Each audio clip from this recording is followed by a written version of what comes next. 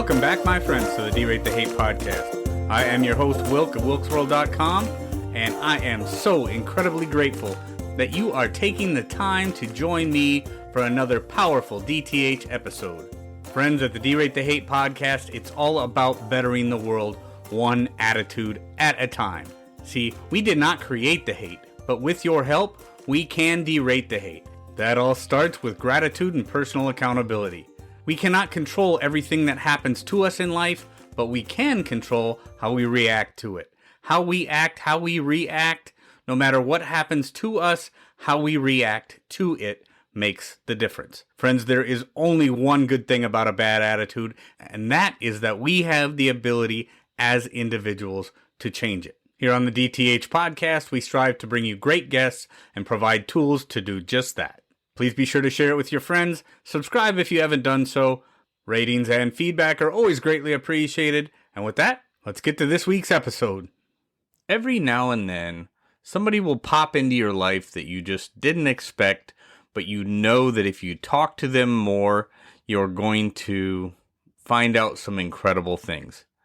I recently had this happen when I was a featured speaker in a forum on everyday working class Americans. One of the commenters in that forum happened to be Jim Palombo. Now, I didn't know anything about Jim prior to that, and something that he said really stood out to me, so I reached out to Jim just because I wanted to learn more about his mindset, what made him tick. And I found out that he's actually an author. He's written several books, he's been a guest lecturer, he's a professor and world traveler that's done a lot with his life. But his life in education actually started after being incarcerated.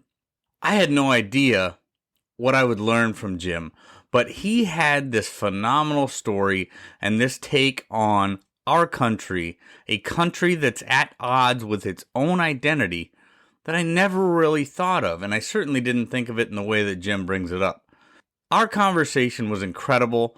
I just wanted to learn so much more about why Jim thinks that so many people lack that ideological clarity, why he talks about character and culture being truly missing in the conversation about the country in which we live. There's so much that he brought to the table in that conversation. One of the biggest problems that we face today in this country is the fact that we have a lack of informed citizenry. And Jim's all about talking about how we can fix that and how we can be a better country, how we can be better people, and how we can just live better lives through education. Another great DTH conversation that you do not want to miss. Here we go. Jim Palombo, welcome to the D-Rate the Hate podcast, my friend. It's so good to see you again. Thanks, Wilk. I appreciate being here and look forward to another conversation. Yeah, we had a great conversation a little while back. We met during a Braver Angels members meeting.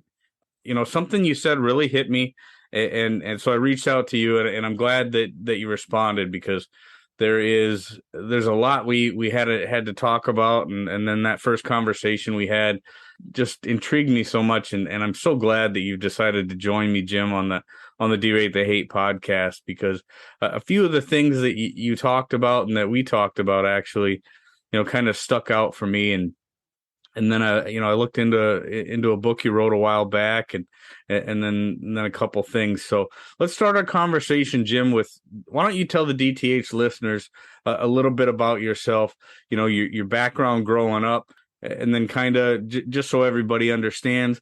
Jim went to prison for a little while based on some things he did when he was younger, and completely changed the course of his life. And it's just it's a great story. It's a comeback story. It's a story of redemption, and of somebody who's really doing their best right now to better the world that we live in. And I appreciate it so much. So, Jim, tell the DTH listeners a little bit about your backstory and how you ended up in America's prison system. Thanks for saying all that and framing it the way you did, by the way. I mean, it's always inspiring for me to hear people say that. So thanks. The backdrop is probably takes me back to where my mother and father started, actually, in the post World War II America, and they're meeting and married in the Depression prior to the war, struggling through all that as Americans. My father going into the war and my mother taking his job at a critical point for a corporation in America that was just beginning to find its way, IBM. And I was born in 1950, post World War II, and so I entered the world in one of the greatest times in the history of our American experiment, and maybe the history of all civilizations. I mean, there was just all kinds of opportunities coming from our command in the world. And so there was this spirit in the world. And of course, when the civil rights movement hit, the questions started to pop up about that, the landscape of America and the nature of freedom and equality. And this was my time, although I didn't quite recognize it for what it was about. I recognized it as an opportunity for me to make money. And that's how I started making money as a young kid, paper routes, hustling money, shooting pool, playing cards, caddying, money talk, bullshit walk kind of stuff. And I found myself involved in a lot of organized crime situations.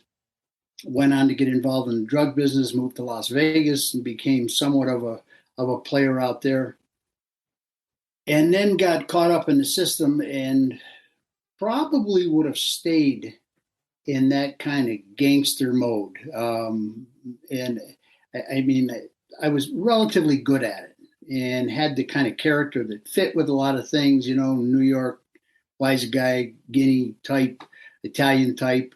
But I thought about how much time I was going to waste in that occupational hazard of going in and out of prison, and thought about education and tried to pursue it the best I could.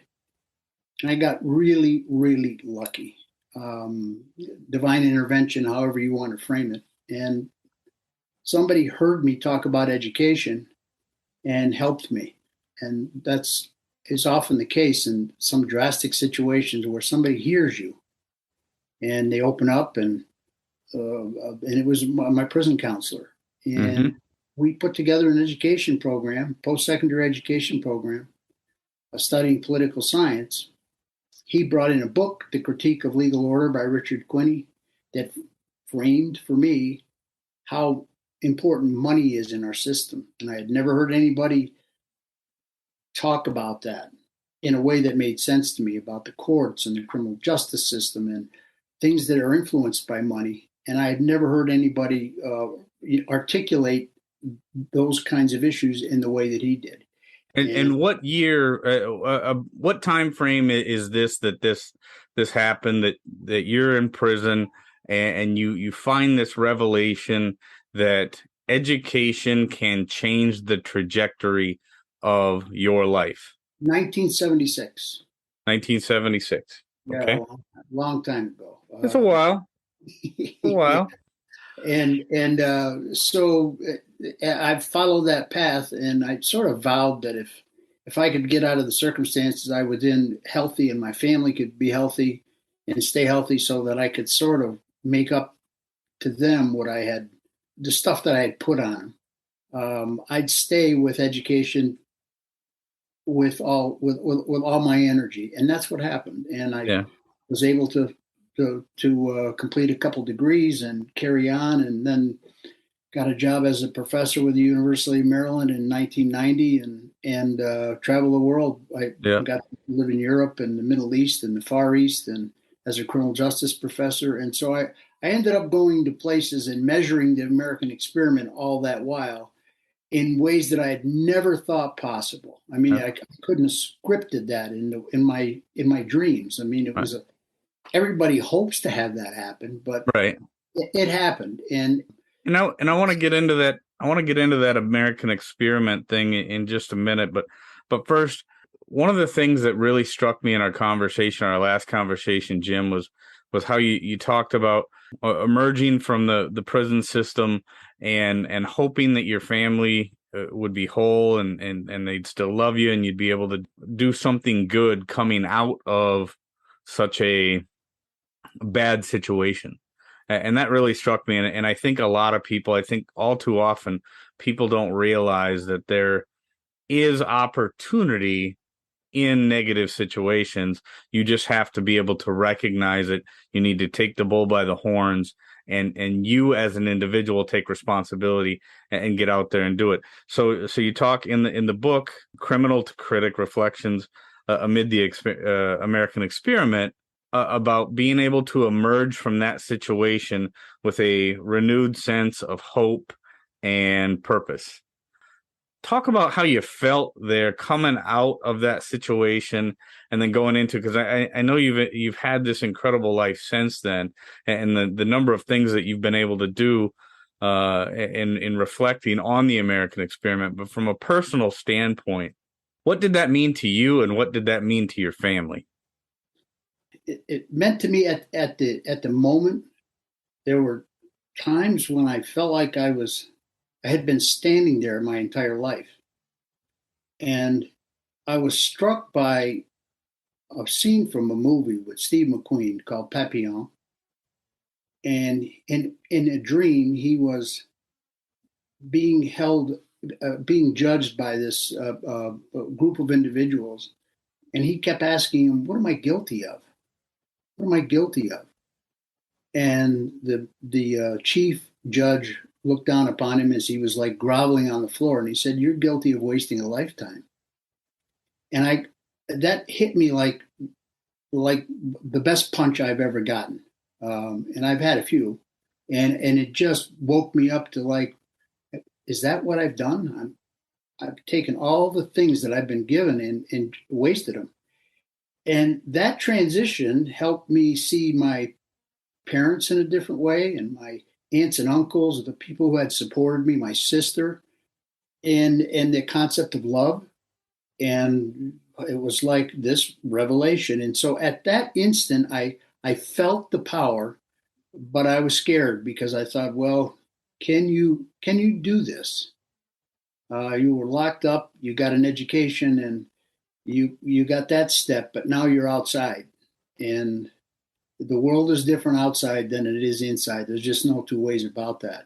And so I was trying to still be Jimmy P, the gangster, but inside me there was just turmoil, and I was So you had this internal imposter syndrome thing going on, I imagine. Yeah, there was I mean, it was hard to shake. I was still in Vegas. I was on parole, and I had a lot of friends that were expecting me to continue on, and we had plans to carry on that kind of in the criminal world. And I had a meeting with run-in with a very famous gangster. He's been in movies and all kinds of stuff, and he asked me, what are you doing? Why are you doing this? I heard you're, applying to law school, and you're smart guys. There's some reason you're hanging around trying to be, trying to continue with this stuff. And I thought about that, and this is what happened the next morning. I opened up the mailbox, and inside was my acceptance into law school. Nice. And it was like, what? And went down to the parole office, got my interstate compact organized, and I was gone within a week. And I moved to California and never looked back on that life. But you can see this cycle of events that kept reinforcing what I was trying to do by giving me more opportunities, by having the door open. So I was extremely lucky. And I've heard that, luck is the residue of design, and I believe that to some extent, but sometimes the luck comes in bigger sums. And so I have a responsibility, and that's why I've continued to stay the course. But it wasn't just a skip and a jump, as you understand this, and most people understand it, that it's like, man, you want to go there, and you got to get lucky. You got to have some superpower on your side. And Well, I things tell you happen. what, there's been several guests on the D-Rate the Hate podcast, Jim, that have talked about being able to manifest what you really want in life and being able to do things that you really want in life by focusing and being hyper focused on that thing, knowing what you want, knowing where you want to go, and focusing on that path. And it sounds to me like even though you were battling that imposter syndrome, even though you had friends and acquaintances and different people that could have easily steered you back into that life that put you into the system, you had a strong enough mindset, and mindset matters. You had a strong enough mindset that took you down a different path, and by all rights, it's been an incredible path.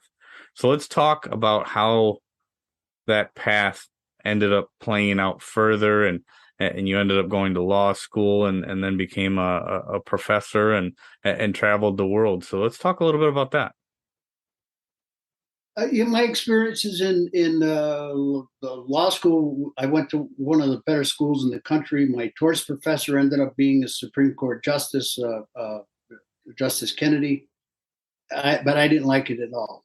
I didn't like. I felt very uncomfortable. I felt more comfortable on the prison yard than I did in law school, and that speaks to sort of our shared backgrounds. Working class person in a upper class law school, young people driving Porsches and so on and so forth. That's their business, and they were sharp young people, but it really didn't fit with my personality at that time. And I really didn't like much the idea of studying contracts and business law and taxes and property. I was interested in the Constitution and criminal law. So I got that under my belt.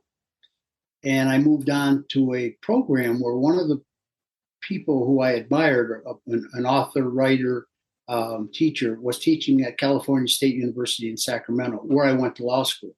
And I transitioned to that school and I started teaching there. Got a master's degree in social work, got some opportunities, and moved on. And I found that in that kind of environment, my education was fueled. My desire for education was fueled. I enjoyed writing. I enjoyed talking about the issues. I enjoyed meeting people who were struggling and like I struggled, and that we could talk about things and help each other and so on and so forth. And that's what drove me further into the field, into the criminal justice field, teaching in criminal justice and sociology, going on to get another master's degree in a PhD program, and so on and so forth. And all the time accumulating more experience and more thoughtfulness about what's going on in this country, what's happening, what's happening with the people like my father and my mother who worked. They worked, and they, Right. And what's happening here. And then again, getting the chance to travel the world and with the same measurement in mind, it really told me a lot about our country. And I'm here today to talk about a specific issue, but I really like the fact that the purpose of this podcast is to demonstrate, of your podcast, is to demonstrate that people can talk with each other. And there are ways to disagree, but agree to disagree. And so some kudos to you too as well. I mean, that's cool. Thank you. And so here we are. I mean, and after years of writing and public discussions and classroom discussions and being a politics editor and writing several books and trying in different ways to get the ideas out there, even through screenplays and stage plays, and which I've written, all about the ideas about how do we think about our country? What is it that we're how do we frame the American experiment? Right. And that's what led me to Braver Angels, because they're attempting to do the same thing. Sure.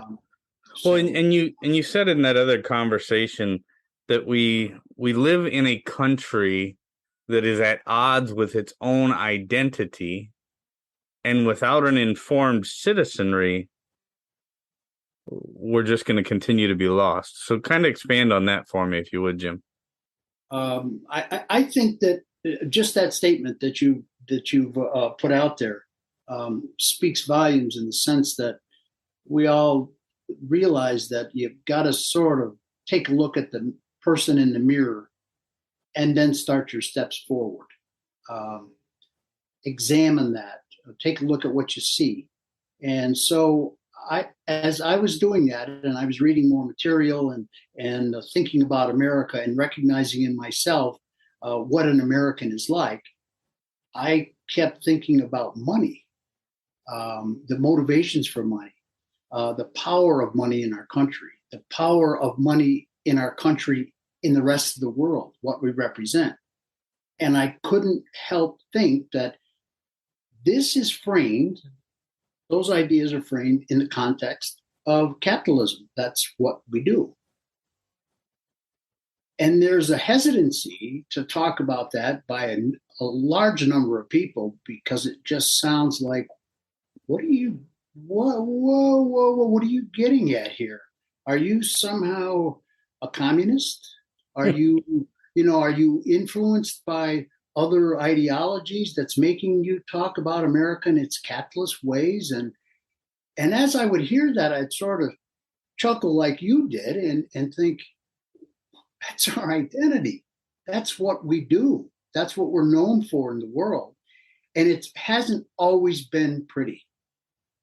That kind of motivation, much like my own motivation for money and success and the ability to consume and et cetera, it's not pretty. And we do have democracy that tries to temper that process. So I've been encouraging probably the last 4 decades that we talk about America in its what I call ideological clarity. We're a democracy and we're a capitalist country. So let's talk about, examine, sort through what that means. And it's as simple as that sounds, and I could probably reference you as an example. I'm not so sure you've had the opportunities to talk about America as a capitalist country. I think that would be something you might even object to. If you heard me speaking, you might, or like with others, might think, I don't think I like this guy anymore. Well, see, Jim, when I think of capitalist and capitalism, I love it. I mean, I don't. I make no bones about it that I'm a American loving capitalist, and that started with me understanding from a very, very young age that the harder I worked, the more I could make, and the more I knew, not necessarily education wise, but certainly wisdom wise, I could advance my opportunities, much like you did as a young man, to make money. Now, I also made money shooting pool and doing paper routes and stuff. By the time I was 10 years old, I had 2 paper routes and was a janitor 5 days a week at a dry cleaning business at 10 years old, because I knew, and that was in the early to mid 80s, that if I wanted things, I had to work for them. And capitalism provides opportunity to people in this country that in many other countries, they don't have those opportunities.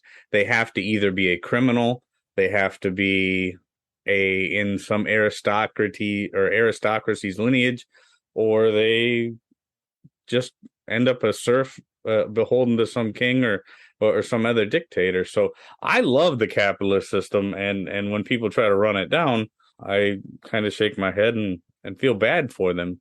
But what are they? What are they? What is it that those people are saying? What is it that troubles you about that? Talking about capitalism. When people talk about capitalism in a negative light, generally the conversations that I've seen, Jim, are those that do not like a disproportionate result from things. So I grew up very poor, with very, working class parents that could not provide much more than the bare essentials, let's say, much like I'm sure that you did. And there are many out there that believe, and these are people that I've spoke with or heard, on whatever, any number of different avenues. They do not like the fact that everybody doesn't get the same result. They think that just because I have a heartbeat and I can fog up a mirror, that I deserve the same thing that the guy next door to me has, even though he may be more talented, have more drive, be smarter, blah, blah, blah. Name any number of different criteria. But the fact that there are so many out there that, and some are just lucky. Let's face it. Some are just lucky. They fall into the right job, or they fall in with the right crowd, or whatever. But a lot of people, let's face it, you got a doctor that might be making, $400,000 a year. You've got a quarterback for an NFL team that might be making $40 million a year. Who's doing more for society? The doctor or the NFL quarterback, or the guy that's driving the garbage truck? By all rights, sanitation work has done more for the health of us as a people than the hospital system has. But that garbage truck driver is probably making, depending on where in the country he is, somewhere between $45,000 and $80,000 a year.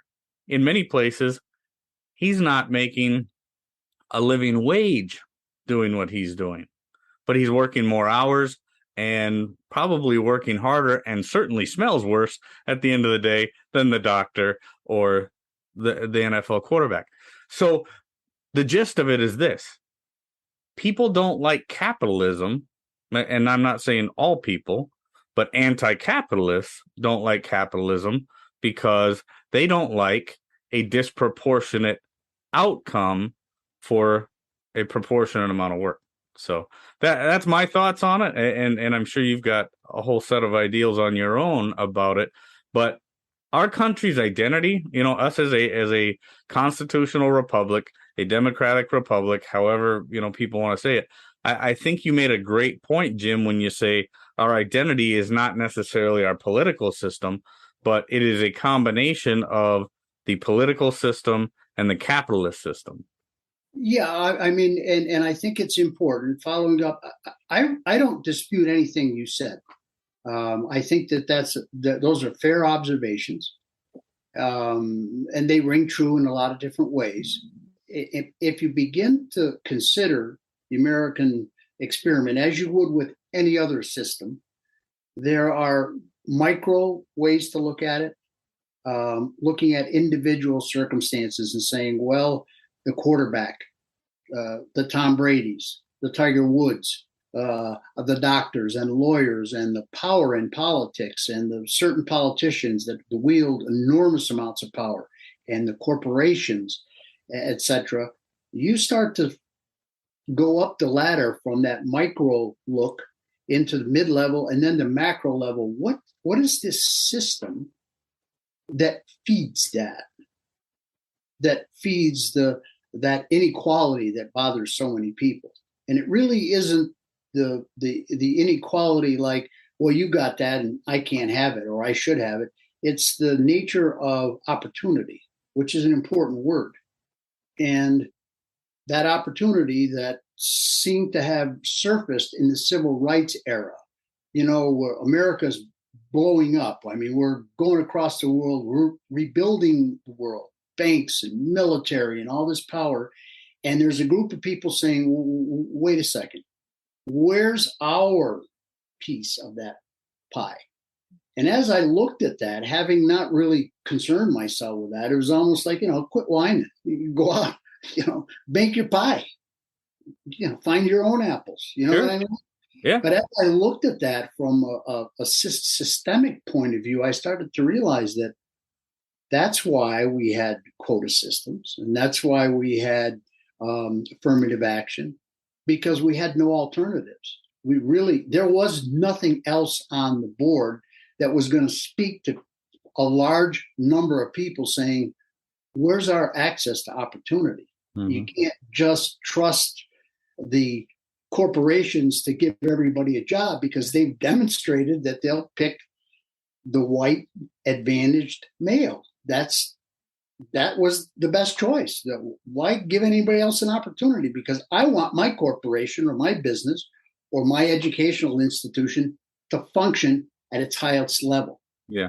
And that meant we were going to continue to pick those people. And so as I looked at that, I started to think, I don't like the way this sounds. I didn't want to necessarily think this way, but using logic, I started to see, well, there's a system that's pushing that, that's pushing those things, and it's not democracy.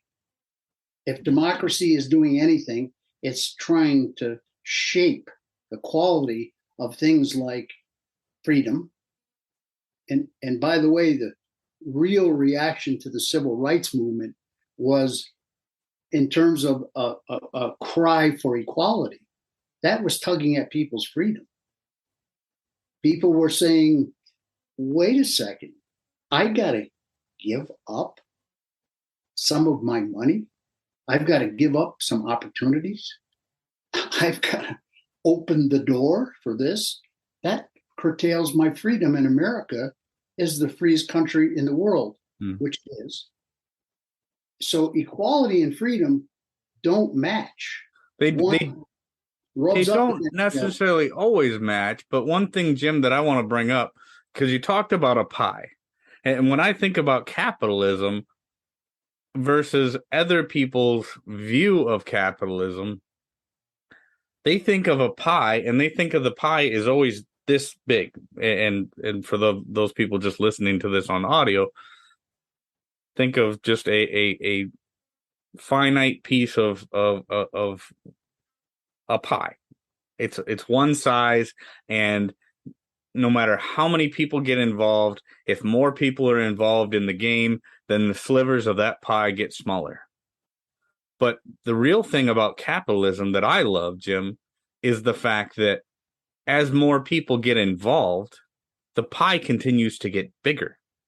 And as more things are invented, and as innovation inspires new creations, that pie continues to get bigger and bigger and bigger. So it's not that more people getting involved in the game means our pieces of pie get smaller. That pie getting bigger means there's more pie for everybody. And that's the way that I view it. I mean, that's fair enough, but I think you would have to agree that the pie image, that as the pie grows, it grows because there's more money being made. And the people that are making the most amount of money are the people who always make the most amount of money. And so there's some inequality that develops. And when you're interested in inequality and you're interested in this, and it's hard to argue that we don't have this strange system where money ends up in the hands of very few people, power people. That feeds into the political system, that feeds into corruption, that feeds into maintaining their interests. That's part of examining this system. And without doing that, then you're sort of left with, well, let's either forget about that or stop talking about it. You have to do the good with the bad, just like that individual looks in and says, yeah, well, look at me and look at my muscles and look at how I look. And look at my ability to get along. So, don't forget about the fact that I'm a little criminal or that I drink. Please. And that's not fair. That's not right. Recognizing us for who we are. There are, when you start to examine this, and you can see as you and I are talking, there's an enormous amount of area for discussion here. And it's infinite. There's so many aspects to it. But I'm going to send you some material that doesn't really make it so infinite. There are ways to look at this, and this is what I did in the classroom, which helped me become successful at what I did.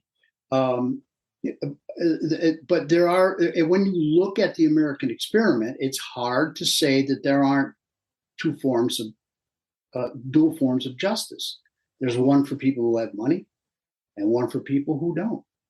All you have to do is step into the justice system, step out into the street for 10 minutes, and you're going to see totally different scenarios based on how much money you have. Cash, color, and class are the major influences on how the criminal justice system operates at every level. Yeah. And I think in this country, probably more than any other, I mean, when I look at the country that we live in, Jim, and the world in which we live nowadays, and just the things, my experience, and not only my experience, but my knowledge of what I've seen from other places, having dealt with a lot of people. I haven't been to a lot of other countries, but I've dealt with a lot of people from a lot of other countries, and I see the world in which we live through that lens. And when I think of the United States of America, I think of the most successful and the most beautiful multicultural, multi-ethnic, multi-racial country on the planet. And I think you're right. I mean, there's always been a difference in the way that other people are treated, but there's also a reason for the fact that more people from other places on the planet try to come to the United States than try to go anywhere else. So I think it comes down to more than color. I think that it comes down to the haves and the have-nots, that aristocracy mentality that we don't have as bad as other places in the planet, but that haves and have-nots thing. You know, I grew up in a very poor family from the Midwest, and did not have nearly the things that many other people growing up around me had. And I saw very clearly how people that had stuff versus people that didn't have stuff were treated. But I did not let that. Well, let me rephrase that. I did have a lot of animosity for that for a long time in my life. That's probably one of the reasons that I was so angry for so long in my life. I've gotten beyond that now. But does that make a lot of? I mean, does that make sense? You know. Yeah, I mean, it makes sense as you focus on your own individual circumstance. Right. There are, and those stories are fair to bring to the table, but there's a society here, and there are factors that are influencing an entire society, and there's a history of a country here. There's a history of a country that's, in some cases, has blood on its hands, and those kinds of things are what an objective observer has to look at. You can't just say, "Hey, that's the way systems are. That's the way countries are." That's not good enough. If you're interested in finding out about the American experiment, then you have to look into those areas and examine those. And again, the dual system of justice. We have a dual system of education. We have more poverty than we need. We have more incarceration than we need. We have a criminal justice, if you want to call it justice. We have a criminal industrial complex that's grown like it's absurd. It's absurd what's happened because there's money being made. And what happens is that you have to scratch your head and think, wait a minute, are we trying to address that problem? Because sociologists deal with social problems. We're trying to address that problem or capitalize on it? Or to what extent are we capitalizing on it and not really solving the problem? We have to examine that. And it's uncomfortable because it's like, leave well enough alone. We've got a great country. We've done great things. We're world leaders. But there are stains in our past. There are stains as we exist.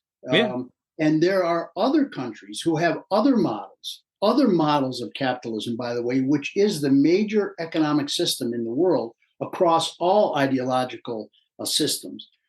There are different forms of capitalism. So to understand capitalism in our country means that we should understand capitalism as it operates in all those other countries, whether it's China or European countries or South American countries. Looking at this is making us a more informed citizenry. It's not to make us revolutionaries or crazy. It's just to make you think, wow, there's a lot to learn here. And part of my what I'm trying to encourage is, look, we've got people captured at certain points in their life in an educational systems, in our educational systems. Where is the civic education that allows us to talk about this and not kill each other over it? Not say, well, geez, Wilk and Jim were out in the parking lot just kicking the shit out of each other because, Wilk is saying, he's no good anti-American, and Jim is saying, no, you're some dumbbell redneck, and that's got to stop. That public discourse that we've seen, especially degrading in our country for the past several years, has it's gotten out of control. And you're right. I mean, Jim, there's plenty of things that you and I would agree on. There's going to be plenty of things that we disagree on. But at the end of the day, it's really about having a civil discussion and being able to love each other as neighbors, respect each other's input, respect each other's mindset, and see the humanity and the humility in each other's argument. I mean, and this is by no means what I consider this an argument. I think this is a great discussion. I think it's a great conversation. But you're right. In order for us to become a more informed citizenry, in order for us to truly understand how we got to where we are, people have to have a civil discussion, despite their differences and despite the things that they disagree upon. Let me throw this in, because you're hitting on a good point. This conversation that I'm encouraging about ideological clarity is one of the few topics we all share. This isn't me against you. This isn't I want guns and you don't. I want abortion and you don't. This isn't like that. This is understanding our country for everybody. It doesn't matter whether you're a liberal, conservative, or an alternate thinker. This will help you become a better informed citizen. Then vote the way you want. This isn't meant to say, hey, Will, I want you over on the liberal side. Or you to say, hey, Jim, I want you over on the conservative side. Or, hey, let's get out there and kick some ass. That has nothing to do with this. This is simply understanding in a nonpartisan way the variables that are at play in our country. To me, it's a no-brainer. Mm-hmm. It's like, well, if you argue against this, which some people do, you're arguing against education. And I always say that, and I want the person who is saying this is going to lead to problems. Stand up and identify yourself as somebody who is against education, because this isn't to lead you into a partisan situation. Mm-hmm. This is to understand the country. And this is important because there's very few topics where we can share that opportunity to link to something that we're all connected to. We're all connected to American capitalism, mm-hmm. and to the ideal, the principles of democracy and the practices of capitalism. We're all tied to that. Mm-hmm. And mm-hmm. how does it work itself out? How do liberals connect the dots? And what happens with social problems? How do conservatives connect the dots? And what happens with social problems? These kinds of things should be we should have a dialogue for this. Yet when you start this, it's almost the first thing you get is anxiety or anger. And it's interesting to stand up in front of a group of people. I'll mention this to you. My Uncle Tony, who was a typical Italian Uncle Tony, mm-hmm. Big guy, played football for Syracuse back in the 50s, was sort of the, that damn get up and go to work kind of guy. Mm-hmm. asked me after hearing the presentation when I wrote my first book. And he said, it's the first time I listened to somebody talk about this stuff. And I hear you.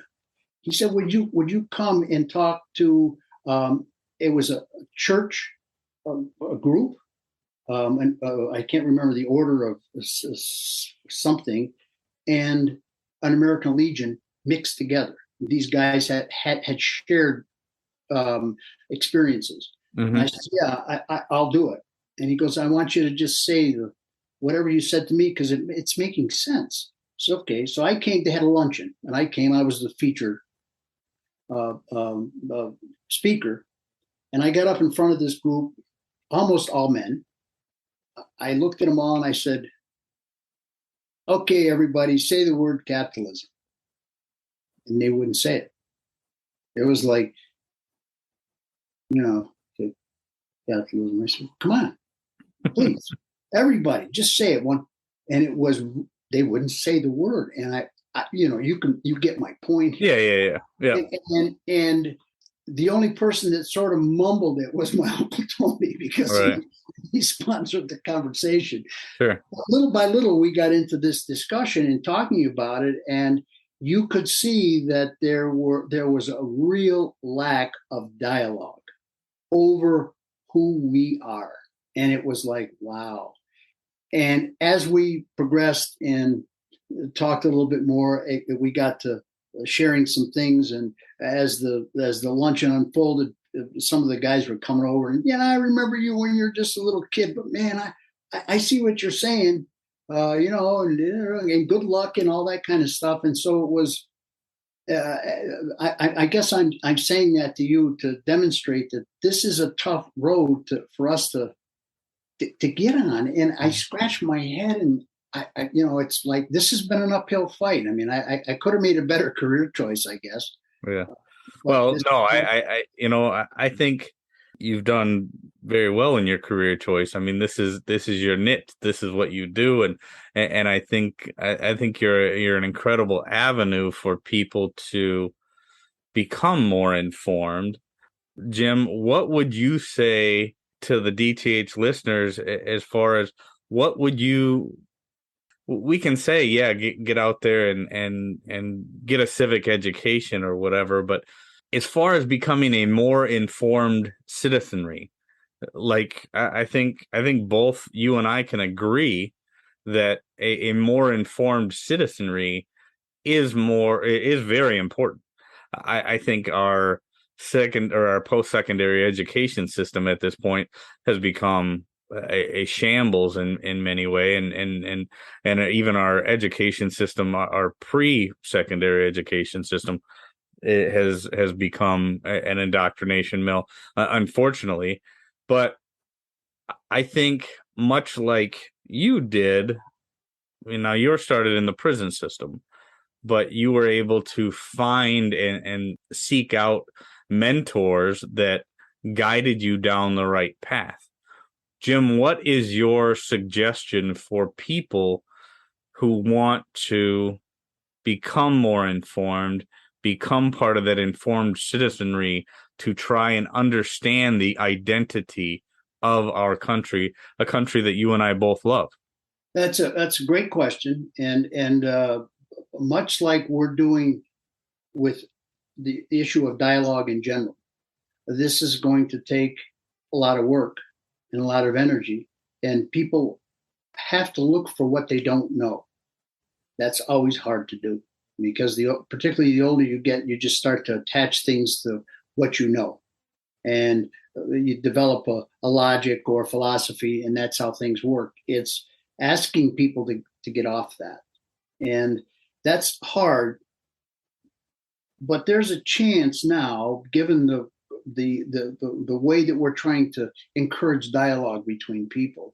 This is an element that belongs in that. This is an element that Braver Angels should be subscribing to. This is an element that the Kettering Foundation and people that are interested in education and talking about democracy, the McCourtney Institute on Justice and Fix Us and all those other groups, there should be a piece of all that, a piece of each one of them that are encouraging hey, we've got to include this. We've got to include this reference to our identity. We can't just save democracy by ignoring who we are. It won't happen. And so it's going to take that, and it's going to take people who are worried about the future of the country and worried about their children, not just from a political standpoint. Like, I'm a conservative, and I'm worried about the conservative party, but as a country, we need to know more. And so when you ask, well, what can we do? You have to encourage better civic education processes, look to learn more, just like you're probably telling your children what they need to do. Broaden your horizons, think beyond that, the street corner. The world's a big place, and encourage leaders and encourage institutions, and ask your local politician. And you'll be shocked if you ask 10 politicians about how's the nature of capitalism influence the decisions we're making. You will not get an answer.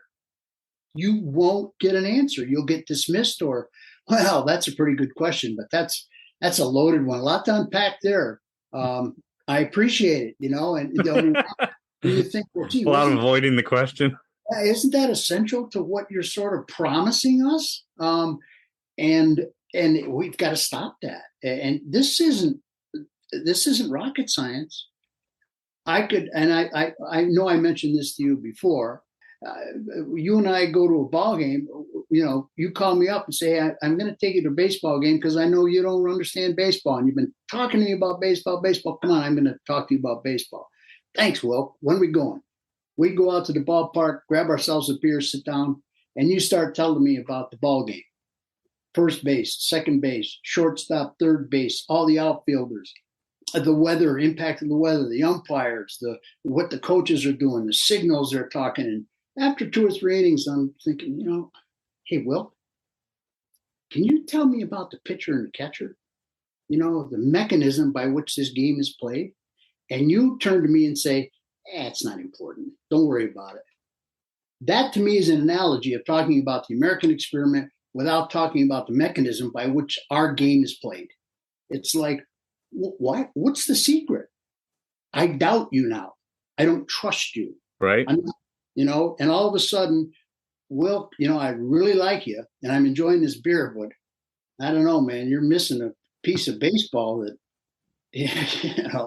and again, that's just a sort of a great analogy. It's analogy. And that's where we're at. And it's so obvious. So again, I'm encouraging people to look for this, ask for it.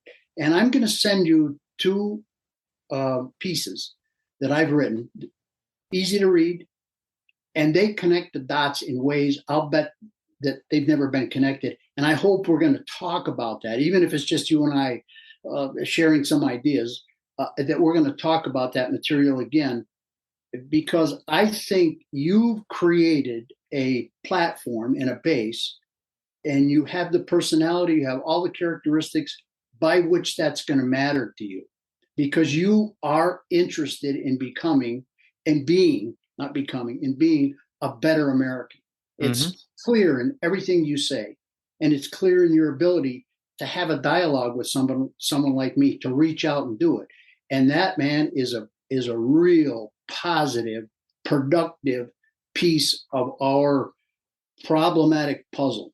Without that, we're sunk. And so here we are.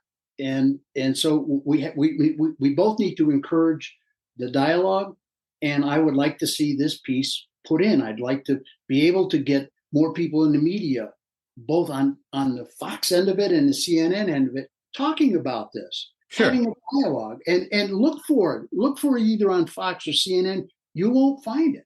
Right. No, you're not going to find that on there, Jim. I mean, I don't care which side of it, whether it's an MSNBC or a CNN or a Fox or whatever. Having that true clarity, having a true civic understanding of our past does not bode well for those that want to keep us separated. So having the dialogue to get that ideological clarity that we all need, and having that dialogue in a civil and responsible way is really, what the Derate the Hate podcast is about in many ways. All about bettering the world one attitude at a time. You cannot better the world or the country in which we live if you're constantly trying to keep people separated. So, I can't tell you how much I appreciate this conversation, Jim. And yes, there's going to be a lot more to our relationship, our friendship, than just a conversation here on the Derate the Hate podcast. I've found so much value in this conversation and what we've gotten, or what I've gotten out of it, and what I know that the Derate the Hate listeners are going to get out of it. So, I look forward to a continued friendship and relationship with you, Jim. And so honored, so grateful to have you as a guest on the Derate the Hate podcast. I appreciate that, and right back at you with all the same kind of thoughts and sentiments, and I'm looking forward to more. I appreciate the opportunity to chat with you. As they used to say, peace and power, Very cool, my friend. Okay, I'll be talking with you. Friends, if there's anything in this episode that provided exceptional value to you, please make sure to hit that share button. Share it with your friends, share it far and wide. And of course, if you haven't done so already, be sure to subscribe right from our website so you can get the Derate the Hate podcast sent to your email inbox every week. So this is Wilk wrapping up for the week, saying get out there, be kind to one another, be grateful for everything that you've got, and remember, it's up to you to make each and every day the day that you want it to be. If there is something that you would like to share with me, you can catch me on most social media platforms, or you can email me directly, wilk@wilksworld.com. With that, my friends, I am going to back on out of here, and we will catch you next week. Take care.